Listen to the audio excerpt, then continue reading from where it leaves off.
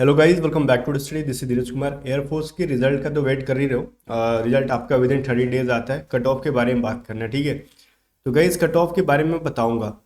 मैं यहाँ पे ये नहीं कहूँगा कितने सारे बच्चों का डेटा, उसकी कोई जरूरत नहीं है यहाँ पे। और मैं पिछले 3-4 साल के रिजल्ट के बारे में कोई जिक्र नहीं करूंगा। देखो, एयरफोर्स की कट ऑफ जो है ना, पिछले साल पे बिल्कुल भी डिपेंड नहीं करती है। पहले मैं बता दूं, क्योंकि ये एसएससी नहीं है, ठीक है, रेलवे नहीं है कि अपने ट्रेंड को फॉलो करे। और आजकल के कोई भी एग्जाम ले लो ना, वो आजकल पिछली पैटर्न को बिल्कुल भी ट्रेंड को फॉलो नहीं कर रही है। तो मेरे को पिछले कोई भी कट ऑफ के बारे में अगर आप सोच रहे हो ना कि इस साल इतने बच्चे थे, इतनी गई थी कट ऑफ, बिल्कुल भी ऐसा मत सोचना। क्योंकि देखो, ये एसएससी अगर हो गई, रेलवे अगर हो गई, ये सब एग्जाम्स क्या करते हैं ना, वो मोस्टली क्या करते हैं ना, पिछले एग्जाम के पैटर्न को भी पीछे वाली चीज़ों को फॉलो करते हैं। ये आईएएफ का एक बड़ा नौटंकी पता है क्या, ये पिछले एग्जाम को फॉलो ही नहीं करता है। पहली बात तो आप ये देख लेना, कभी भी इसकी ना हरकतें बहुत अजीब होती है। वो पिछले पैटर्न को कभी फॉलो करता ही नहीं है। ये कभी इसका मत ही घूम जाता है। हर बार आप देखोगे इसका मत ही घूमता है। कभी ये जीके में सनक जाता है, ठीक है, तो कभी ये इस बार ये मैथ को लेके सनक गया है। मैं यही कहूंगा, सनक गया। देखो, हर बार ये क्या करते थे, 7 से 8 मैथ देते थे। इस बार इन्होंने धजिया उड़ा दी मैथ की। आजा भाई तू 4 पे आजा, सीधे लगभग आधा पे कर दिया। किसी इसमें तो 4 से 5 पे कर दिया। बच्चे ऐसा बता रहे हैं सर रकम में बिल्कुल भी चेंजेस देखने के लिए दिख रही है। तो ये चीज़, हाँ, वो दिखने के लिए मिलेगा आपको कि थोड़ा सा इस बार समथिंग डिफरेंट देखने के लिए मिलेगा। तो पिछली बार के कट ऑफ पे अगर मैं चाहता तो एग्जाम से पहले भी ये सब चीज़ें बता देता, बट अभी जो है ना, जितना एग्जाम हो गया उसके अकॉर्डिंग आराम से कट ऑफ एनालाइज किया जा सकता है। बहुत लोगों को डेटा की जरूरत भी नहीं है। इतना एक्सपीरियंस है, 2018 से पढ़ा रहा हूँ, अच्छा खासा एक्सपीरियंस है कि लगभग लगभग बता दो। एग्जैक्ट क्या होगा ये अभी तो किसी को नहीं पता, बट उसके अराउंड में बता दे रहा हूँ किसको फेज 2 की तैयारी करनी चाहिए, कितने घंटे करनी चाहिए। ये सभी चीज़ें इस वीडियो के अंदर हम लोग जिक्र करेंगे। ओके, बट यहाँ पे एक चीज़ है, अगर किसी का इस बार एग्जाम बहुत ज़्यादा खराब गया है, अगर अगले बार को टारगेट करो तो भाई प्रिपरेशन अभी से स्टार्ट करना।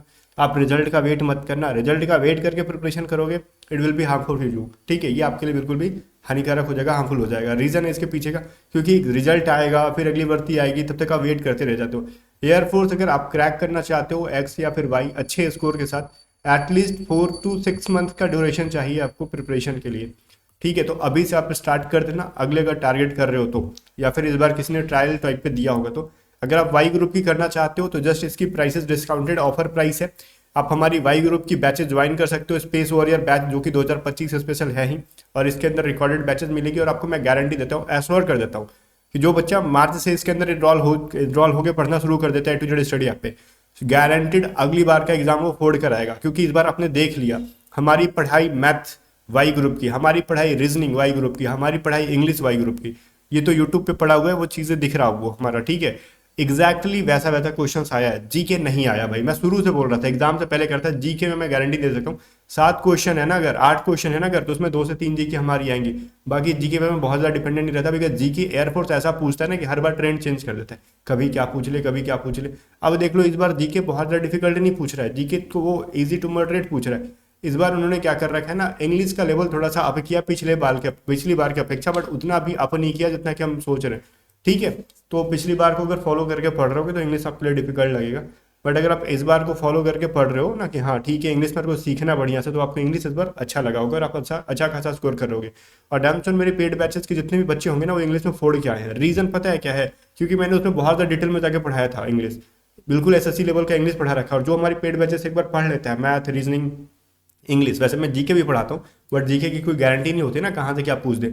तो मैथ रीजनिंग इंग्लिश जो पढ़ लिया, उसको आगे एसएससी के लिए कोई भी बैच नहीं लेना पड़ेगा। इवन आपको एसएससी सीपीयू आपने भरा है ना, आप हमारी बैचेस से पढ़ो, इसके बाद आप बहुत ज़्यादा प्रैक्टिस करो, आपके एसएससी सीपीयू फोड़ के आने वाले हो। क्योंकि मैंने वही पढ़ाया जो मैंने खुद पढ़ा है, समझ रहे हो। इस बेसिस पे मैंने एफकैट सीपीयू सभी चीज़ों को मैं फोड़ता हूँ खुद भी जाके, आपको रिजल्ट भी दिखाता हूँ। तो यही चीज़ें फ़र्क है। बाकी गाइज, पढ़ के पढ़ाना और समझ रहे हो कुछ ना हो तब पढ़ाना, एग्जाम क्रैक करके पढ़ाना और कुछ नहीं हुआ तब पढ़ाना, दोनों में बड़ा फर्क होता है। तो यही फर्क है कि मेरे को एग्जाम से मैं हमेशा अप टू डेट रहता हूँ किस टाइप के क्वेश्चन आ रहे हैं। तो इस बैचेज में आ जाओ एक बार, बहुत ज़्यादा हेल्प मिलेगा आपको। अगर ज़्यादा जानकारी चाहिए इस बैचेज के बारे में तो हमारे टीम मेंबर से व्हाट्सअप करके पूछ सकते हो। वैसे आप डिस्क्रिप्शन में आपका लिंक है, आप खुद भी जा सकते हो। अब हम लोग देखो यहाँ पे 2-3 चीज़ों के बारे में बात कर रहे हैं पेपर की डिफिकल्टी के ऊपर, कि इस बार मैं कट ऑफ क्यों बता रहा हूँ, सेफ स्कोर क्या रहेगा।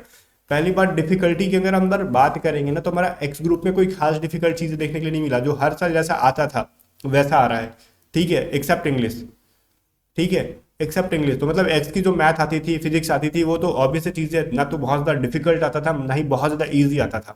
ये हमेशा से इसको मॉडरेट मोड पे ही रखा गया है, मॉडरेट पे ही रखा गया। जो बच्चा एक्स की तैयारी कर रहा है वो आराम से इसमें टैकल करेगा और इंग्लिश में अच्छा खासा स्कोर करके कट ऑफ क्लियर कर लेता था वो, ठीक है। मैथ फिजिक्स ये भी नहीं कह रहा ना कि 25 में 25 मार्क आएगा, नहीं मैं कह रहा हूँ एटलीस्ट 10-10 भी बना रहे थे ना इसके अंदर, और तो फिर इसके अंदर इंग्लिश में फोड़ देते थे, वो 18 से 20 ले आते थे या फिर इवन 15 भी लाते थे, उनका सिलेक्शन हो जाता था। 35 तो बहुत, पिछले दो तीन बार से मैं देख रहा हूँ 22 कट ऑफ जा रहा है, तो उसके लिए 35 नंबर तो बहुत हो जाता है। ठीक है, तो मैं यही बोल रहा था कि फिजिक्स मैथ इस बार भी हर बार की तरह ही आया है, तो इसमें कुछ अलग सी चेंजेस देखने के लिए मेरे को नहीं मिली बच्चों के रिव्यू के अकॉर्डिंग। लेकिन इंग्लिश में बच्चे सारे कह रहे हैं कि हाँ सर पिछली बार की अपेक्षा डिफिकल्ट है। बाकी गाइस देखो यहाँ पर डिफिकल्ट क्या इन्होंने किया इंग्लिश के अंदर, मैं समझाता हूँ आपको। इन्होंने डिफिकल्ट ये किया ना कि अगर कोई कॉमन ईयर का क्वेश्चन पूछ रहे हैं ये लोग, ठीक है, कॉमन ईयर के क्वेश्चन पूछ रहे हैं, तो स्टार्टिंग में तो इन्होंने हार्डली स्कार्सली करा जो मैं आपको पढ़ा के भेजा था, एंड में ये थोड़ा सा आ गया टेंस के ऊपर, ये आ गया इस बार आर्टिकल के ऊपर। जो कि जब एयरमैन का एग्जाम होता था ना, जब अग्निवीर नहीं आई थी, तब ये पूछा करते थे आर्टिकल से, टेंस से, ये आते थे कंजक्शन के बहुत ज्यादा डेप्थ से। समटाइम्स ये आ जाते थे कि बेसिक सा कॉमन इंडर जो कि किसी भी ग्रामर के रूल पे नहीं बल्कि वो सेंस के बेसिस पे आता था, जिसमें आप जनरली नो एरर करते थे। तो इस टाइप के क्वेश्चन भी इस बार इन्होंने बनाया है। जैसे कि क्वेश्चन आज शायद पूछा गया था, सीनियर के साथ ना विद लगाया हुआ था, विद सीनियर करके क्वेश्चन था, बच्चे उसमें ना विद को एरर कर रहे थे जबकि उसमें कुछ एरर नहीं था, क्योंकि सीनियर के पहले विथ लगाया ना, सीनियर के बाद तो नहीं लगा था ना विथ, तो वो विथ सीनियर के लिए आया ही नहीं था, तो बच्चे उसमें कंफ्यूज थे। तो क्वेश्चन इंग्लिश का ना देखो लेवल अप नहीं किया है, ना ही उन्होंने बहुत डिफिकल्ट पूछा, खाली क्वेश्चन में थोड़ा थोड़ा ट्विस्ट लाया है। जैसे पहले सिंपल सिंपल रूल पे पूछ रहे थे वैसे नहीं पूछा। फिर भी आप मेरे टॉप 52 रूल्स को अगर फॉलो करके गए होगे यूट्यूब वाले ना, तो फिर भी आप कॉमन एरर में फोड़ रहे होगे। यहाँ पे इंग्लिश में एक चीज उन्होंने बताया ना कि पैसेज पे कहा है उन्होंने, उनके देखो मैसेज उन्होंने अच्छा खासा दे रखा है पैसेज के अंदर। उन्होंने कहा बेटा पैसेज में ना तुम लास्ट के 1 महीने पढ़ के आओगे तो तुमसे हिलने नहीं देंगे पैसेज हम, स्टार्टिंग से पढ़ो। रीडिंग कॉम्प्रिहेंशन को एक्चुअली तुम ठीक करो। अगर आप ये साफ कह रहे हैं कि अगर तुम एयरफोर्स के लायक बनना चाहते हो तो पैसेज पे वर्क करो। और पैसेज के वर्क क्यों करा रहे हैं आपसे, क्योंकि उनको पता है कि जब जीडी में जाओगे ना तो बहुत ज्यादा बच्चे देखोगे आप, यूपी बिहार हरियाणा इधर के बच्चे जो होते हैं ना, वो जीडी में क्या करते हैं, वो उतना अच्छा से नहीं बोल पाते हैं परफॉर्म, फिर भी उनको पास करना होता है उनको। रीजन जब कहते हैं ना कि सब के सब एक ही टाइप के हैं, तो उसमें सबको छाट के फायदा भी क्या है, जो उन्हीं में जो अच्छा का कहते हैं ना कि अंधों में काना राजा, तो उसको उठा लो। वही चीज है कि मतलब बहुत अच्छा नहीं बोल रहा, थोड़ा बहुत भी बोल रहा था, उसको उठा लो, हम सिखा देंगे ट्रेनिंग में। तो ऐसा होता है, अभी तक भी होता आते रहा है। लेकिन वो चाहते हैं ना कि भाई कितना दिन तक ऐसे कर काम चलेगा। पैसेज की लेवल को थोड़ा सा उन्होंने ऑफ कर रखा है। अब क्या पैसेज पैसेज वो बच्चा वही बना पाएगा जिसकी इंग्लिश रीडिंग कॉम्प्रिहेंशन अच्छा होगा। रीडिंग कॉम्प्रिहेंशन अच्छा होने का मतलब समझते हो क्या, इंग्लिश पे एक्चुअल अंडरस्टैंडिंग आपकी होनी चाहिए, कॉमन ईयर की तरह रट्टामल नहीं होगा। ठीक है, तो क्रैमिंग वाला हाल नहीं, कॉमन ईयर तो ठीक है ना, हम लोग सीधे सीधे रूल को मैं रटवा दे रहा था, टॉप 52 रट के जाके पहचान के मार दे रहे थे। बट आरती में क्या, रीडिंग कॉम्प्रिहेंशन में कौन आपको रटवाएगा, कोई नहीं, क्योंकि ये तो हमेशा डिफरेंट डिफरेंट आएगा। तो जो पढ़ के समझ ले रहे हैं दैट इज कॉल्ड अंडरस्टैंडिंग। ठीक है, और जब आप पढ़ के समझ ले रहे हो तो इसका मतलब ये क्या चेक कर रहे हैं ना कि इन फ्यूचर आप जब एयरफोर्स के अंदर आ रहे हो, आपके ऑफिसर्स मोस्टली ऑफिसर्स जो जाएंगे वो एनडीए वाले होंगे, एफकैट वाले होंगे, सीडीएस वाले होंगे, वो आपसे मोस्टली आपसे इंग्लिश में ही बोलेंगे। उस टाइम आप नौटंकी करोगे, मने मने क्या बोल रहे हैं क्या बोल रहे हैं, तो वो सिचुएशन नहीं। एक्चुअली में आपके पास रीडिंग कॉम्प्रिहेंशन पे अगर कमांड होगा तो आप उतना अच्छा नहीं भी बोल पाओगे ना, फॉर्मलिंग भी करते होगे, तो आप उनकी बातों को समझ लोगे और ऑर्डर्स को फॉलो करोगे। ठीक है, तो रीडिंग कॉम्प्रिहेंशन अगर हर जगह दिया जाता है तो उसका मेन रीजन यही होता है कि आप सीनियर्स की बातों को, क्योंकि आप किसी भी डिपार्टमेंट में जाओ जो आपके सीनियर्स होते हैं ना, वो आप डिफेंस छोड़ के भी जाओ, एसएससी में भी जाओ, तो वो इंग्लिश में बोलेंगे, मोस्टली चीज़ इंग्लिश में बोलेंगे। मैं इसका परफेक्ट एग्जाम्पल हूँ। जब मैं फर्स्ट टाइम सीपीओ मैंने दिया था ना, तो मैं गया था प्रयागराज में, मैंने जब डॉक्यूमेंट वेरिफिकेशन किया था तो एसएससी के हेडक्वार्टर्स में किसी रीजन से मैं गया था, कुछ लोचा हुआ था डॉक्यूमेंट्स में, तो वहाँ पे सीनियर से मैंने मिला था, मतलब वो मतलब उनके ऑफिसर्स से मिला, तो वो हिंदी बोला ही नहीं उन्होंने, एक दो वर्ड हिंदी बोला, बाकी तक वो इंग्लिश ही बोल रहे थे। अब सोच लो डिफेंस में क्या होगा, ये तो अपने आप में एक रॉयल चीज़ है, और एक नेशनल इंटरनेशनल अफेयर्स इनको कनेक्ट करना होता है, तो आपको इंग्लिश अच्छा करना होगा, और अभी से लग जाओ इंग्लिश के ऊपर, और इसलिए इन्होंने इंग्लिश का थोड़ा सा लेवल अप कर रखा। बाकी मैंने बहुत ज़्यादा बकैती की आपको, बकैती नहीं है, समझाना कहते हैं इसको। अब इसको जिस तरीके से लोगे, कुछ लोग कहेंगे बहुत ज़्यादा बोलते हैं, कुछ लोग कहेंगे ठीक है आपने समझा दिया, अगले बार से हम टारगेट करेंगे। तो उसको कैसे करना है आपको इस बार से, अगर टारगेट कर रहे हो तो, या फिर आपको फेज 2 की तैयारी करनी हो, तो मैं आपको इस क्लास के अंदर बताऊंगा। बट मैं यहाँ पे एक्स ग्रुप के लिए बता देता हूँ, पहली बात मेल एंड बॉय दोनों के लिए। अगर आपका स्टिल अभी भी आपका 25-26 भी आपको ये लग रहा है कि सही हो जा रहे हैं, तो आप तैयारी करो। मैं ये नहीं कह रहा हूँ कि अगर 22 हो गया तो ठीक है हर बार की तरफ 22 ही जाएगा। मैं बोलता हूँ इस बार अगर 25-26 आपके बिना नॉर्मलाइजेशन के बोल रहा हूँ, आपको लगता है कि आपका स्कोर अगर आ जा रहा है तो ठीक है, पूरा जान लगा के फेज 2 की प्रिपरेशन करोगे इस, ठीक है, क्योंकि इसमें कुछ नॉर्मलाइजेशन में बढ़ेगा घटेगा, क्योंकि 22 जिसका आ ही रहा है तो भाई नॉर्मलाइजेशन में घट गया तो फिर क्या करोगे, बाबा जी का ठुल्लू मिल जाएगा। ओके, और नॉर्मलाइजेशन में मान लो कि एक आध नंबर बढ़ भी गया, आपका 23 आ भी गया, तो ऑब्वियस चीज आप एनरोलमेंट पे आउट हो जाओगे। तो हमेशा सिक्योरिटी के लिए मैं 3-4 नंबर ज्यादा ही बता रहा हूँ एक्स ग्रुप के लिए, बट वाई ग्रुप के लिए मेल एंड बॉयज दोनों के लिए मैं कह रहा हूँ, अगर इतना आ रहा है आपका लग रहा है कि हमारे इतने आ सकते हैं, तो डैम श्योर आप जाओ, अब दबा के एकदम फिजिकल की तैयारी करो। फेज 2 में आपकी ग्रुप डिस्कशन होती है, इन सबकी प्रिपरेशन अभी से स्टार्ट कर दो। कैसे करना मैं बताऊंगा, पहले ध्यान से सुनो। अगर आपने वाई ग्रुप से कर रखा है ना, मेल एंड फीमेल कैंडिडेट, तो ध्यान से सुनना भाई। इस बार अगर आपके किसी भी मेल कैंडिडेट की है, ठीक है, अगर मैं कह रहा हूँ ना फर्स्ट दिन को छोड़ के बी टू से मैं स्टार्ट करता हूँ। अगर किसी का शिफ्ट है B2 C2, लाइक A1 को भी A3 को मैं साइड में रखता हूँ, इनका शिफ्ट थोड़ा इजी था। मैं इधर रखता हूँ आपका B3 एंड C3, ठीक है। इधर से फिर मैं रखता हूँ यहाँ पे ना, एक चीज मैं बताता हूँ आपको, क्या कहते हैं, A1 था ना आपका, A1 और B1 एंड C1, ये बाकी से इजी आया है इस दिन पेपर, ठीक है। बाकी शिफ्ट से ये पेपर इजी है काफी भी। जो स्टार्ट हुआ है तो B2 से स्टार्ट हुआ है, A3 तो फिर भी ठीक ठाक था, बहुत ज़्यादा डिफिकल्ट नहीं था। फिर आपका B2 B3 C2 C3, इनमें थोड़ा सा जान था। और बच्चे कह रहे हैं ना ज़्यादातर कि नहीं नहीं अभी ना पता है आपको सर जी, हमारा B2 शिफ्ट में ना तो रुला दिया गया है, ऐसा बच्चे कह रहे हैं। चलो फिर मैं आपको मान भी लेता हूँ, ओके, कि शिफ्ट में आपको रुलाया गया है, तो कोई दिक्कत नहीं है। नॉर्मलाइजेशन में तो आपका स्कोर बढ़ेगा ना जनाब, तो फिर काहे रो रहे हो? रोने वाली कोई बात है क्या इसके अंदर? नहीं है, तो फिर रिलैक्स रहो ना फिर इसके अंदर, ओके। तो नॉर्मलाइजेशन में आपको मौका मिलेगा आगे, फिर जो भी इसका एग्जाम होता है तो आप टारगेट यही करो ओवरऑल। मतलब मैं बोल दूं नॉर्मलाइजेशन और बिना नॉर्मलाइजेशन के जो भी चीज़ है, अगर आपके वाई ग्रुप में अगर कोई फीमेल है 25 to 28 स्कोर आप कर रहे हो अच्छा से, ठीक है। इजी शिफ्ट में अगर आप हो तो 28 तक आपके अगर आ रहे हैं, और डिफिकल्ट शिफ्ट में अगर आप हो तो 25 प्लस भी आ रहे हैं ना आपके, तो आप आराम से प्रिपरेशन करो।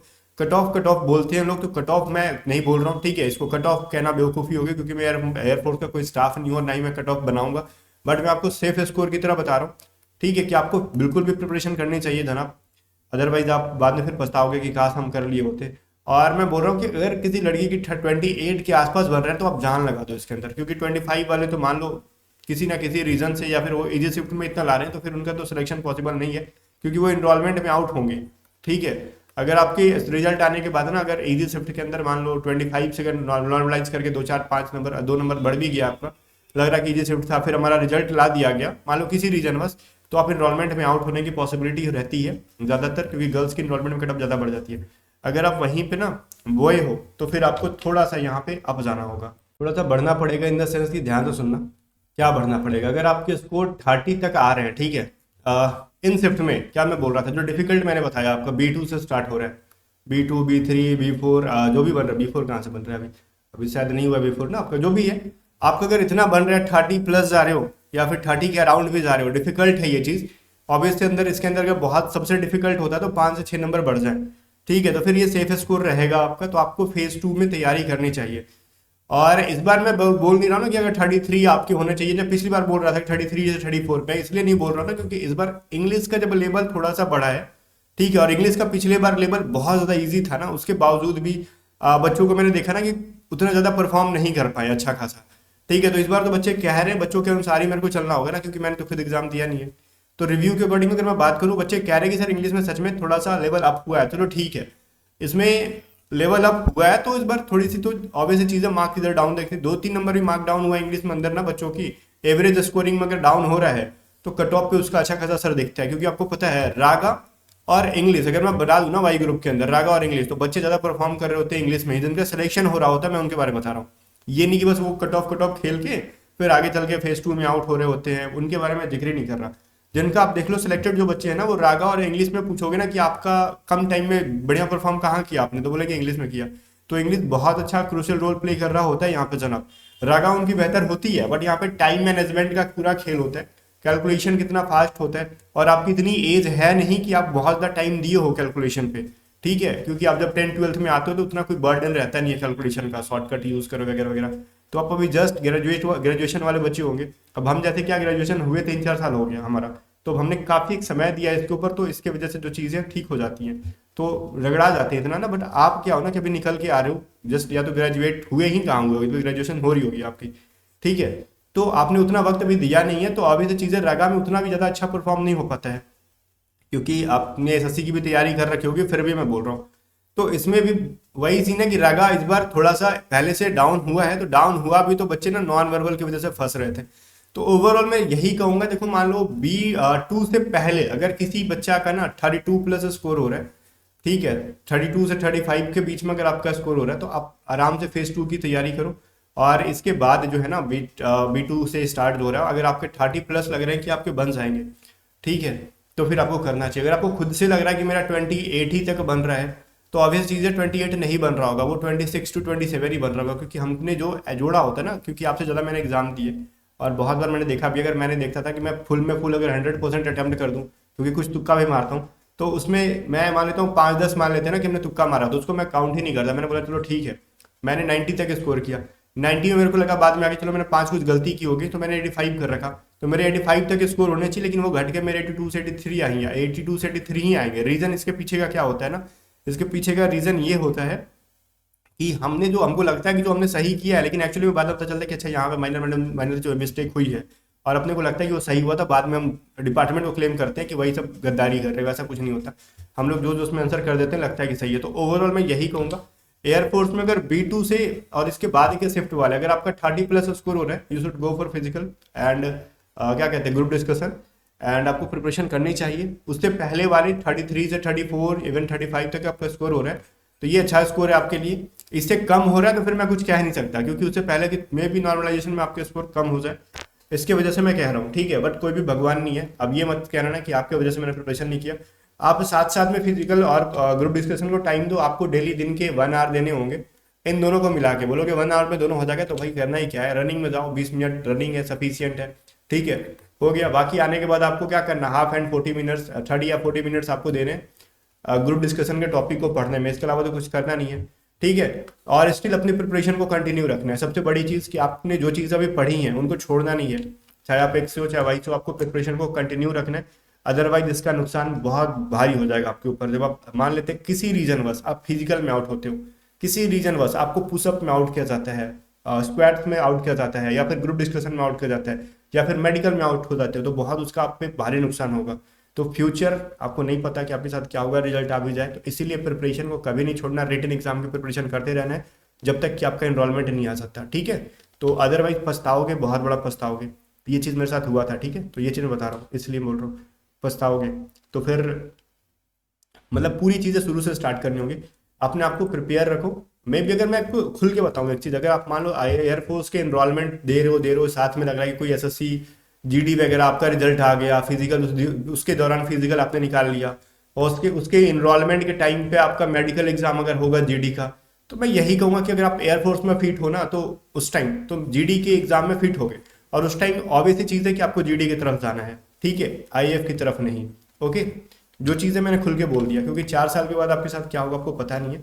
अगर आपके पास अपॉर्चुनिटी अगर है तो आप GD की तरफ चले जाना, और नहीं है तो फिर एयरफोर्स अच्छी चीज़ है। मैं ये नहीं बोल रहा हूँ कि एयरफोर्स खराब है, बट गाइज मैं चीज़ों को सिक्योर तरीके से बता रहा हूँ। आपके घर में अगर बहुत ज़्यादा प्रॉब्लम है, अगर किसी रीजन में 4 साल के बाद आपको घर आना पड़ा, तो मे भी आप कहीं के नहीं रहोगे, बट फिर भी यही चीज़ कहेंगे कि हाँ, पहले एयरफोर्स को दे रहे हो तो हर चीज़ें को ठीक से करना। अगर एयरफोर्स में हो जाता है तो अच्छी चीज़ है, और एयरफोर्स में हो भी जा रहा है, सब कुछ ठीक ठाक भी चल रहा है, तो प्रिपरेशन को कंटिन्यू रहना है। क्योंकि आप तो मेरे लिए गैर भी हो के भी अपने जैसे हो, तो मैं आपको गलत सजेशन नहीं दूंगा, ठीक है। इसके अगेंस्ट अगर एयरफोर्स वाले एक्शन भी ले लेना कि तू कैसा क्यों बोल रहा है यूट्यूब पे आके एयरफोर्स के खिलाफ, तो भाई जो चीज़ें हैं मैं बताऊंगा। मैं किसी को ये नहीं कहूँगा कि डेडिकेटेड हो जाओ 4 साल के लिए, ऐसा नहीं। 4 साल के लिए तैयारी कर रहे हो, कुछ अपॉर्चुनिटी नहीं है, एज नहीं है, वो चीज़ें अलग चीज़ है, बट डेडिकेटेड नहीं होना है इसके लिए, ठीक है। डेडिकेटेड होना है, एफकैट के लिए हो जाओ ना, एफकैट के लिए डेडिकेटेड, बढ़िया है भाई। CDS के लिए हो जाओ, डेडिकेशन होनी चाहिए, एयरफोर्स में उसके थ्रू जाएंगे ऑफिसर बन के। तो ये सभी चीज़ें अलग है, बड़े भाई की तरह मैं समझाने की कोशिश करता हूँ, अच्छी गाइडेंस देने की कोशिश करता हूँ आपको, बट ये नहीं है कि मेरा कोई पर्सनल फायदा है इसके अंदर। बाकी गाइज मिलते हैं नेक्स्ट वीडियो में, तब तक के लिए बाय बाय। और हाँ, एयरफोर्स में अगर जाना है तो उसके लिए अलग अलग बहुत सारी जरिए हैं, इसके ऊपर एक मैं अलग से वीडियो बनाऊंगा आपको। बाकी रिजल्ट आपका विदिन 13 डेज आ जाएगा, इसका नियम रह चुका है। लास्ट एग्जाम जब होता है ना, उसके बाद 30 डेज काउंट करने होगा आपको। बाकी रिजल्ट के ऊपर और अगली भर्ती के ऊपर मैं अलग से वीडियो बनाऊंगा। बाकी गाइज मिलते हैं नेक्स्ट वीडियो में, तब तक के लिए बाय बाय।